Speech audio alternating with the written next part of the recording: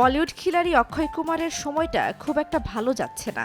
Box অফিসে সফলতার দেখা পাচ্ছেন না অনেক বছর। প্রতি বছর তার নতুন সিনেমা মুক্তি পেলেও পায় না সেভাবে দর্শকপ্রিয়তা।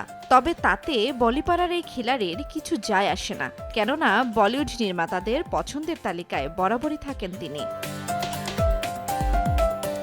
সেই ধারাবাহিকতায় আবারও আসছে তার নতুন সিনেমা। এবার দীর্ঘ ১৪ বছর পর অক্ষয় জুটি বাঁধছেন পরিচালক প্রিয়দর্শনের সঙ্গে। পরিচালকের ভূত বাংলো ছবিতে প্রধান চরিত্রে দেখা যাবে নায়ককে। ইতোমধ্যেই শুরু হয়েছে ছবির শুটিং।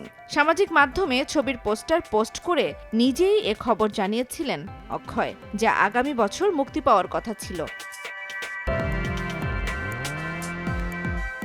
তবে এবার জানা গেল অক্ষয়ের সিনেমার নতুন তারিখ ২৫ সালের পরিবর্তে এটি মুক্তি পাবে ২ এপ্রিল ২০২৬। সিনেমাটি মুক্তির নতুন তারিখ অক্ষয় নিজেই সোশ্যাল মিডিয়ায় আবারও জানিয়েছেন।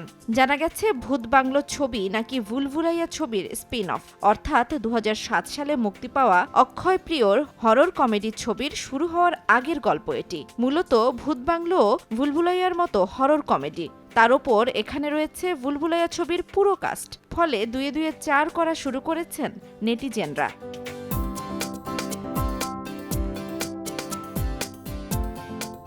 অক্ষয় ও প্রিয়দর্শন জুটি এর আগে হেরাফেরি, গরম মাসালা, ভাগাম ভাগ এবং দে দানাদানের মতো বহু জনপ্রিয় সিনেমা উপহার দিয়েছেন, যা এখনও দর্শক জনপ্রিয়তার শীর্ষে রয়েছে। জান্নাতুল দোলনা, সময় সংবাদ।